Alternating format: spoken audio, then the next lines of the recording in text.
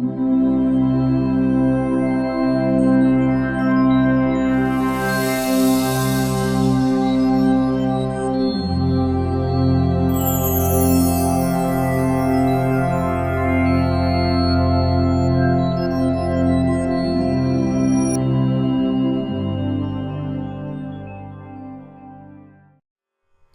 जो विषय लिया है प्रवचन के लिए, वो विषय है संसार सुखमय करना ही परमार्थ है। संसार सुखमय करना पड़ता है, वो होता नहीं। यह मैं हर एक प्रवचन के समय बार बार दोहराता हूं, ताकि लोग इस सिद्धांत को भूल न जाएं। किसी भी परिस्थिति में ध्यान में रखना चाहिए कि संसार बुरा नहीं है। जो बुरा है वो है केवल हमारा अज्ञान। इस विश्व में यदि सच कहें तो मैंने पिछले प्रवचन में कहा था कि यह विश्व सत्यम शिवम सुंदरम है। विश्व की ओर यदि हम देखें तो विश्व सत्य है, शिवम है, सुंदर है। विश्व में सभी जगह यदि हम देखें तो सर्वम खलविदम ब्रह्म, यानी सब कुछ मंगल है, पवित्र है, शिव है, कल्याणकारी है, हितकारी है, उपयुक्त है, और इसलिए उसे सर्वम खलविदम ब्रह्म कहा गया है। सभी जगह परमेश्वर का वास है। ऐसा कहने का भी यही कारण है। तो कहने की बात यह कि विश्व में आपने कहीं भी नजर डाली तो आपको दिखाई देगा कि सभी जगह व्यवस्था है, सभी जगह व्यवस्था है। इस व्यवस्था को अव्यवस्था बनाने का काम मनुष्य करता है। आप यदि बारीकी से देखें तो विश्व में सभी जगह व्यवस्था है, परंतु इस व्यवस्था को बिगाड़ने का काम मनुष्य करता है। अब लोग पेड़ काटते हैं। लोग जब पेड़ काटते हैं तब वे पर्यावरण के लिए खतरा पैदा करते हैं। सीमेंट कंक्रीट की बड़ी बड़ी इमारतें बांधी जाती हैं और जंगल के जंगल काटे जाते हैं। उससे हम पर्यावरण के लिए और प्रकृति के लिए खतरा पैदा करते हैं। इसे बिगाड़ने का काम मनुष्य करता है। बाकी कोई भी प्राणी, पशु, पक्षी पर्यावरण के लिए खतरा नहीं पैदा करते। खतरा पैदा करने का काम मनुष्य ही करता है। मेरे कहने का मुद्दा यह है कि इसका मतलब मनुष्य ने उससे बेहतर व्यवस्था नहीं की है, ऐसा नहीं है। मनुष्य ने बेहतर व्यवस्था भी अच्छी तरह से की है, परंतु बेहतर व्यवस्था बनाते समय उस व्यवस्था को हानि भी पहुंचाई है। यह भी ध्यान में रखना चाहिए। मैं एक उदाहरण देता हूं, जिससे मैं क्या कह रहा हूं आपकी समझ में आएगा। उदाहरणार्थ हवाई जहाज। हम हवाई जहाज में बैठकर यात्रा करते हैं। हवाई जहाज से हम आसमान में उड़ते हैं। यदि देखें तो मनुष्य आसमान में उड़ान भर सकता है, हवाई जहाज से यात्रा कर सकता है। यह मनुष्य ने की हुई बहुत बड़ी प्रगति है। अब यह प्रगति है एक तरफ, परंतु दूसरी तरफ यदि हम देखें तो हमने पर्यावरण के लिए कितना बड़ा खतरा पैदा किया है, यह हमें समझ में नहीं आता। आज ऐसा कहा जाता है कि हर एक मिनट पर अमेरिका में हवाई जहाज उड़ते रहते हैं। पूरे विश्व में हवाई जहाज उड़ते रहते हैं। उनकी आवाज कितनी बड़ी होती है, इस पर गौर करें। आवाज इतनी बड़ी होती है कि उसके कारण पर्यावरण को खतरा पैदा होता है। पशु, पक्षी, प्राणी उस आवाज से घबरा जाते हैं। मेरे कहने का मुद्दा यह है कि कई सारे जीव नष्ट होते होंगे आसमान में, जिससे हम अनजान हैं। यह मैं इसलिए कह रहा हूं कि मनुष्य ने जैसे सुधार किए हैं, उसी के साथ मनुष्य ने व्यवस्था को हानि भी पहुंचाई है। यह मुझे कहना है। मुझे महत्वपूर्ण बात यही कहनी है कि विश्व में परमेश्वर निर्मित जिसे हम कहते हैं, उसमें जो कुछ भी है वो अच्छा ही है। सब कुछ उपयुक्त है, सब कुछ आवश्यक भी है। उसमें निरुपयोगी कुछ भी नहीं। यदि कुछ बुरा है तो वो मनुष्य का अज्ञान है। मनुष्य को उसके भीतर अज्ञान है यही पता नहीं, यही उसका सबसे बड़ा अज्ञान है। सबसे महत्वपूर्ण बात यह है कि हम अज्ञानी हैं, यह भी मनुष्य को समझ में नहीं आता। इतना मनुष्य का अज्ञान प्रचंड है।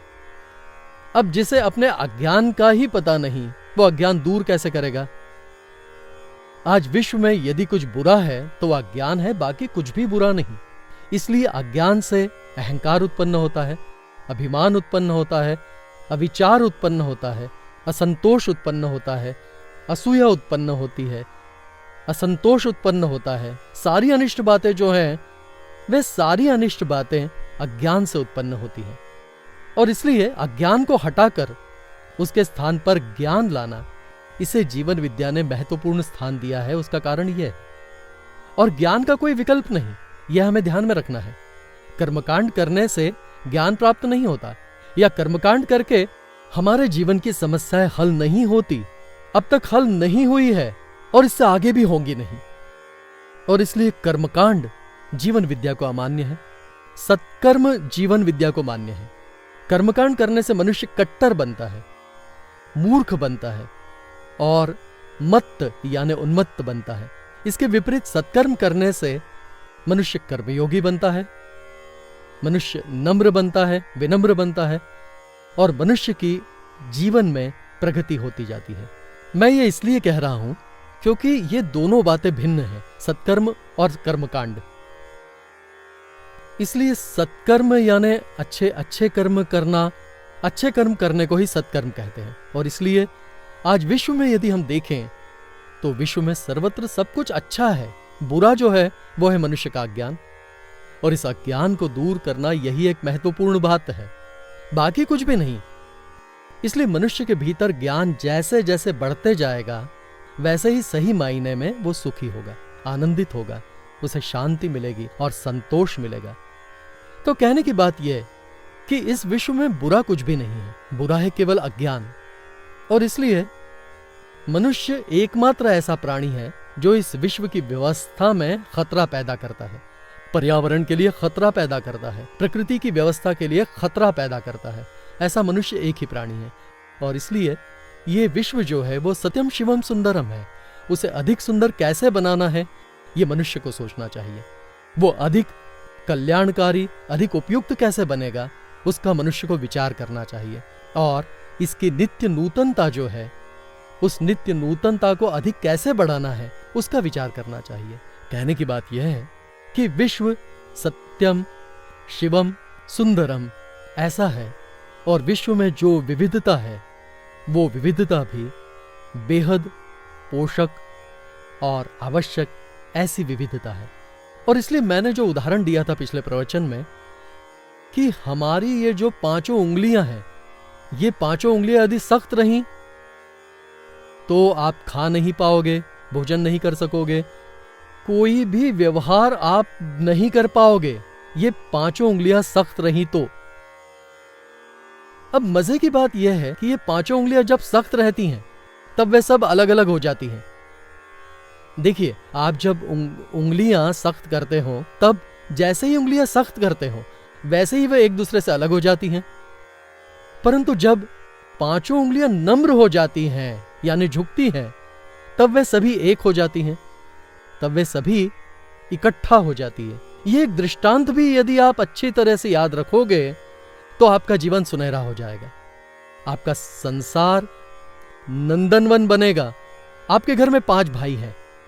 अब यदि पांचों भाई सख्त रहेंगे तो वे एक दूसरे के लिए कभी उपयोगी नहीं हो सकेंगे, वे सही ढंग से गृहस्थी नहीं चला सकेंगे, लड़ाई झगड़े बखेड़े मारपीट निरंतर चलते रहेंगे।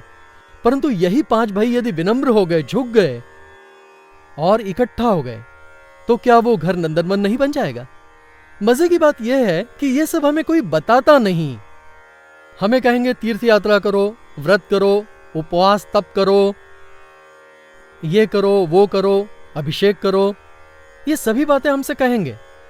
परंतु मैं ये जो कुछ कह रहा हूं ये कहने वाले बहुत ही कम लोग होंगे, ऐसा मुझे लगता है। मेरे कहने का तात्पर्य है कि मनुष्य में जो समझदारी आवश्यक है उसका कोई विकल्प नहीं। और इसलिए ये पांचों उंगलियां सख्त रखने में समझदारी का अभाव है, और इसलिए वहां दुख का सुकाल है। और ये पांचों उंगलियां जब झुकती हैं, नम्र होती हैं, इकट्ठा होती हैं, तब वहां सुख का सुकाल है, आनंद की दिवाली है। यह हमें ध्यान में रखना चाहिए। तो कहने की बात यह है कि ये जो विविधता है, ये विविधता जो परमेश्वर ने निर्मित की है उसमें व्यवस्था है। ये पांचों उंगलियां एक जैसी नहीं है, ये एक व्यवस्था है। वैसे ही विश्व में लोग एक जैसे नहीं, ये एक व्यवस्था है। विश्व में लोगों की विभिन्न अभिरुचियां हैं, ये व्यवस्था है। विश्व में विभिन्न स्वभाव के लोग होते हैं वो एक व्यवस्था है। इसलिए हर एक के गुण अलग, हर एक की पसंद अलग, हर एक के विचार अलग, हर एक का आचरण अलग, हर एक की बोली अलग। ये सब जो अलग अलग है वो एक व्यवस्था है। और ये व्यवस्था ईश्वरीय व्यवस्था है, ये दिव्य व्यवस्था है। यह हमें ध्यान में रखना है। फिर इसमें बुराई क्या है? इसमें बुराई इतनी ही है कि हमें वो व्यवस्था समझ में नहीं आती। बुराई क्या है? बुराई इतनी है कि ये व्यवस्था है, ये हमें समझ में नहीं आता, और इसलिए हमें उस व्यवस्था का जो उपयोग करना चाहिए वो उपयोग हम नहीं करते। और इसलिए मनुष्य के भीतर यदि वो ज्ञान नहीं होगा, उसमें वो समझदारी नहीं होगी, उसमें यदि वो सद्बुद्धि नहीं होगी, तो मनुष्य कितना ही पैसा कमा ले और कितनी ही सत्ता संपादित कर ले तथा कितनी ही कीर्ति प्राप्त कर ले, तब भी वो जीवन में कभी सुखी हो पाए, यह संभव नहीं।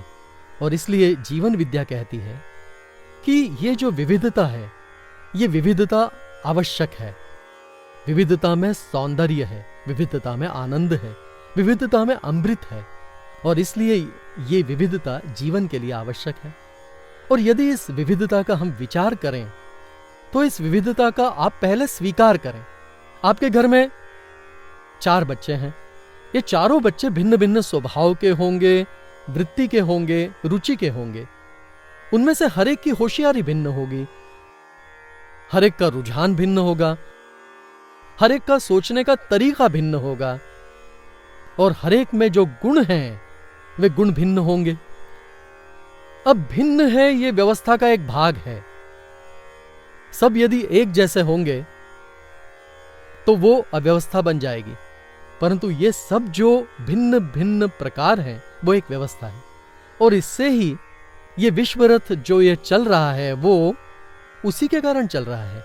इसलिए जीवन विद्या ऐसा कहती है कि विश्व में कोई भी कनिष्ठ नहीं, कोई भी श्रेष्ठ नहीं, विश्व में सभी समान उपयुक्त हैं, सभी समान उपयुक्त हैं।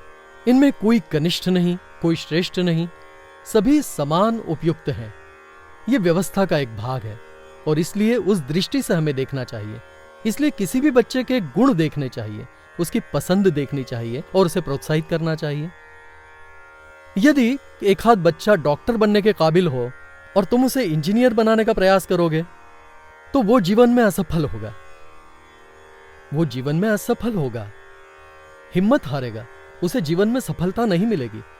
जो इंजीनियर बनने के काबिल हो उसे यदि आप डॉक्टर बनाने का प्रयास करोगे तो वो जीवन में असफल होगा। और इसमें मजे की बात यह है कि इससे उनकी प्रगति तो होगी ही नहीं, परंतु राष्ट्र की भी प्रगति नहीं होगी। राष्ट्र की प्रगति तभी होती है जब विभिन्न क्षेत्र के लोग विभिन्न क्षेत्रों में प्रगति करते हैं, तब उस राष्ट्र की प्रगति होती है। और इसलिए राष्ट्र को सभी की जरूरत है। राष्ट्र को इंजीनियर चाहिए, डॉक्टर्स चाहिए, साइंटिस्ट चाहिए, सभी तरह के प्रोफेसर्स चाहिए, शिक्षक चाहिए। सभी क्षेत्रों के लोगों की राष्ट्र को आवश्यकता है।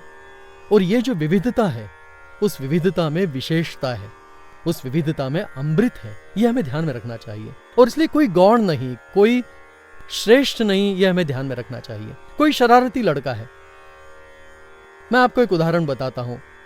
रॉबर्ट क्लाइव, हमारे मुंबई के पहले गवर्नर, हमारे हिंदुस्तान के पहले governor Robert Clive. Robert Clive जब पाठशाला में थे, छोटे थे, तब 1 नंबर के शरारती थे, बेहद शरारती, और घर में वे सबको परेशान करते थे। अब उसका क्या करें, ऐसा उनके पिता के सामने प्रश्न खड़ा हुआ। पिता ने उसे आर्मी में भर्ती करा दिया, उसे ले जाकर सेना में छोड़ दिया।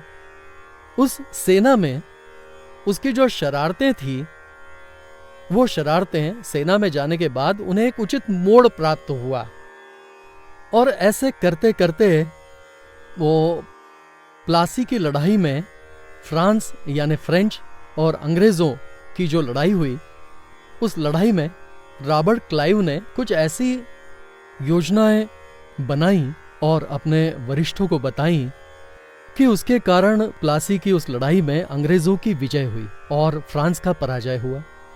उसका कारण रॉबर्ट क्लाइव की उन्नति हुई और उसकी इतनी प्रगति हुई कि वो गवर्नर बन गया। ये मैं इसलिए कह रहा हूं कि जो घर के लिए निकम्मा था वो सेना में जाने पर उपयोगी साबित हुआ। मैं ये इसलिए कह रहा हूं कि आपके घर में बच्चे भिन्न भिन्न स्वभाव के होंगे, तो आप उस बारे में बुरा मत मानिए। उनकी रुचि देखिए, पसंद देखिए, उनके गुण देखिए और फिर उनकी कौन सी पसंद को यदि हमने प्रोत्साहित किया तो उनकी प्रगति होगी, उसका विचार करें। उन्हें उनकी रुचि के अनुसार जीने दो, आपकी रुचि के अनुसार उन्हें मत हाकिए। मुखी बिचारी कुणी हाका, वैसे ही आपके बच्चे निर्बल बेचारे हों और आप उन्हें विवश कर रहे हो, ऐसा नहीं होना चाहिए। बच्चों की रुचि देखिए और उन्हें विवश करने की बजाय उनसे पूछिए तुम्हारी पसंद क्या है, उसके गुण देखिए और वो कहां प्रगति कर पाएगा वो देखिए। सभी को डॉक्टर बनना है, फिर इंजीनियर कौन बनेगा? सभी को इंजीनियर बनना है, फिर डॉक्टर कौन बनेगा? सभी यदि डॉक्टर्स और इंजीनियर बनने लगे तो वकील कौन बनेगा? प्रोफेसर कौन बनेगा? शिक्षक कौन बनेगा? इसलिए ये विश्व जो चल रहा है उसका कारण है इस विश्व में जो विविधता है। विभिन्न लोग विभिन्न स्वभाव के हैं, विभिन्न योग्यता के हैं, विभिन्न क्षमताओं के हैं और इसलिए उनमें विभिन्न आविष्कार पाए जाते हैं और उसके कारण ये विश्व चल रहा है। विश्व का रथ जो विश्व में चल रहा है वही हमारे घर में चल रहा है। इसलिए जो घर में है वही विश्व में है, जो विश्व में है वही घर में, यह हमें ध्यान में रखना है। तब विश्व का जो पहला स्वर है वो स्वर हमें अच्छी तरह से इस्तेमाल करते आना चाहिए। विश्व कैसा है? सत्यम शिवम सुंदरम, ऐसा है। और इस स्वर को आप एक बार इस्तेमाल करना सीख गए तो फिर आनंद ही आनंद है। अब दूसरा स्वर यानी परिवार। दूसरा स्वर यानी परिवार। परिवार यानी, अब परिवार को हम अंग्रेजी में फैमिली कहते हैं। पुराने जमाने की फैमिली और अभी की फैमिली, इनमें भी अंतर है। पहले की फैमिली ज्वाइंट फैमिली थी। एक ही घर में 20-25 लोग रहते थे, 5 भाई, उनकी पत्नियां, उनके बच्चे, इस तरह बड़े बड़े परिवार होते थे पहले के जमाने में। आज के जमाने में परिवार त्रिकोणीय बन गया है या चौकोना बन गया है, अधिकतम षटकोणीय। अधिकतम षटकोणीय यानी क्या? तो माँ, पति और पत्नी और उनकी एक संतान। और अभी के जमाने में तो एक संतान भी बहुत है, ऐसा कहते हैं। अभी क्या हो रहा है, महिलाओं को प्रसव पीड़ा सहन नहीं होती। एक बच्चा हुआ तो वो कहती है अब बस, दूसरा बच्चा नहीं चाहिए। पहले की महिलाएं कब मां बन जाती थी ये पता भी नहीं चलता था, और 1 या 2 नहीं, दर्जन भर बच्चे। पहले के जमाने में यदि आप देखें, अब हमें ही देखो ना, हमारे पिता के हम 13 बच्चे थे, यानी 1 डजन प्लस 1, समझे? उनमें से 4 गए और सिर्फ 9 बाकी रह गए। उन 9 में से भी 2 गए और अब हम केवल 7 रह गए हैं। ये मैं इसलिए कह रहा हूं कि मुझे ये बताना है कि ये सब जो है, पहले के जमाने की फैमिली और अभी के जमाने की फैमिली, इन्हें यदि हम देखें तो पहले की फैमिली ज्वाइंट फैमिली थी और अभी की फैमिली षटकोणीय, त्रिकोणीय या चौकोर, ऐसे प्रकार की है। ये अच्छा है या बुरा, कौन तय करेगा? कुछ लोग कहेंगे अच्छा है, कुछ लोग कहेंगे बुरा है। तो अच्छा या बुरा यह आखिर आप पर निर्भर करता है, क्योंकि तुम ही हो अपने जीवन के शिल्पकार। कोई भी चीज अच्छी है या बुरी है तुम पर निर्भर होता है, उस चीज पर निर्भर नहीं होता। और इसलिए जॉइंट फैमिली जो पहले थी और अभी की जो फैमिली है, पहले जॉइंट फैमिली थी क्योंकि उसका कोई विकल्प नहीं था, इसलिए थी। आज विभक्त फैमिली हो गई है, उसका भी यही कारण है, विकल्प नहीं। इसलिए लोग अब नौकरी करने के लिए कहां कहां जाते हैं। कोई मुंबई से बाहर जाता है, कोई कोंकण से मुंबई आता है, प्रदेश के लोग मुंबई आते हैं, मुंबई के लोग दुबई जाते हैं और कहां कहां अमेरिका जाते हैं। कहने की बात यह है कि अब पहले जैसा जमाना रहा नहीं और पहले जैसी जॉइंट फैमिली भी अब बची नहीं और रहेगी भी नहीं, क्योंकि पहले का समय अलग था और अभी का समय अलग है। जॉइंट फैमिली अच्छी है या विभक्त, इस विषय में यदि बहस ही करनी हो और यदि डिसीजन ही देना हो तो मैं कहूंगा जॉइंट फैमिली अच्छी है। आप पूछोगे क्यों? जॉइंट फैमिली में सुरक्षा होती है। जॉइंट फैमिली में हम जिसे सहयोग कहते हैं वो मिलता है। जॉइंट फैमिली में कम खर्ची जिसे हम कहते हैं यानी इकोनॉमी होती है। जॉइंट फैमिली में एक दूसरे की मदद निरंतर मिलती रहती है और इसलिए जॉइंट फैमिली में अनेक प्रकार के लाभ हैं। अनेक, नुकसान बहुत कम है, बल्कि नुकसान बिल्कुल नहीं है तो वह केवल लाभ है। फिर आप कहोगे कि जॉइंट फैमिली क्यों टिक नहीं पाती? उसका कारण एक ही, अज्ञान। उसका कारण एक ही है, अज्ञान। उस अज्ञान से अहंकार, अज्ञान से अभिमान, अज्ञान से असूया, अज्ञान से असंतोष, अज्ञान से अविचार, ये सब जो उत्पन्न होता है वो अज्ञान मनुष्य के दुख का कारण बन जाता है। इसलिए जॉइंट फैमिली जैसा सुख नहीं। मैं तो ये कहूंगा कि अब भी आपको जॉइंट फैमिली के जो लाभ हैं वे अब भी लेने जैसे हैं। एक ही गांव में यदि 5 भाई रहें पास तो अधिकांश जॉइंट फैमिली के लाभ मिलेंगे और नुकसान टाले जा सकेंगे। हो सकता है नहीं होने जैसा नहीं है, परंतु जिसे हम कम खर्ची कहते हैं कि आज देखिए 5 भाई यदि अलग हो गए तो उन 5 भाइयों का बिल्कुल व्यवहार ही अलग अलग, सारा खर्च अलग अलग। गैस 5 चाहिए, 5 चूल्हे चाहिए, सब कुछ 5 और अलग अलग होगा। परंतु यदि वे 5 इकट्ठे हो गए तो कितनी इकोनॉमी हुई, खर्च कितने कम हो गए। मेरे कहने का मुद्दा ये कि जिसे हम जॉइंट फैमिली कहते हैं उसके लाभ अनेक है, नुकसान लगभग नहीं है, परंतु मनुष्य के भीतर अहंकार है, असूया है। ये अहंकार और असूया उसके विभक्त होने का कारण बनते हैं। लड़ाई झगड़े बखेड़े क्यों होते हैं? ये अज्ञान के कारण है, या अहंकार के कारण है, असूया के कारण है, समझदारी का अभाव उसमें होता है। ये सभी चीजें होती हैं और इसलिए जॉइंट फैमिली अच्छी है या विभक्त, इनमें से यही चाहिए या वो चाहिए, ये यदि मुझसे पूछा जाए तो मैं इतना ही कहूंगा कि जॉइंट फैमिली बेस्ट। विभक्त फैमिली का स्वीकार केवल विकल्प नहीं है, इसलिए स्वीकार करना पड़ता है, वरना यदि विकल्प उपलब्ध हो तो जॉइंट फैमिली का कोई विकल्प नहीं, ऐसी मेरी राय है। तो हमारा ये जो विषय है परिवार, ये एक महत्वपूर्ण विषय है, क्योंकि आखिर हम परिवार में रहते हैं, फिर वो चौकोना परिवार हो या बड़ा परिवार हो, आखिर हम परिवार में रहते हैं। इसलिए परिवार ये जो स्वर है, परिवार ये जो स्वर है वो हमें उचित तरीके से इस्तेमाल करना आना चाहिए, और उसे कैसे इस्तेमाल करना है वो हम अगले प्रवचन में देखेंगे। ओम शांति शांति शांति। ओम शांति शांति शांति। ओम शांति शांति शांति।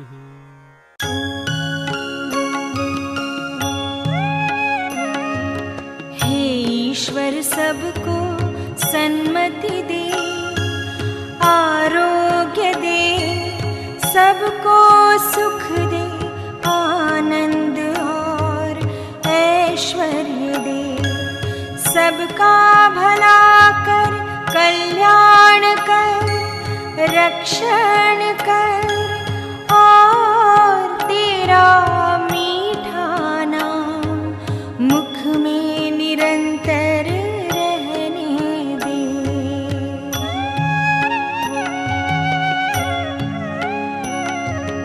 हे ईश्वर सबको सन्मति दे, आरोग्य दे, सबको सुख दे, आनंद और ऐश्वर्य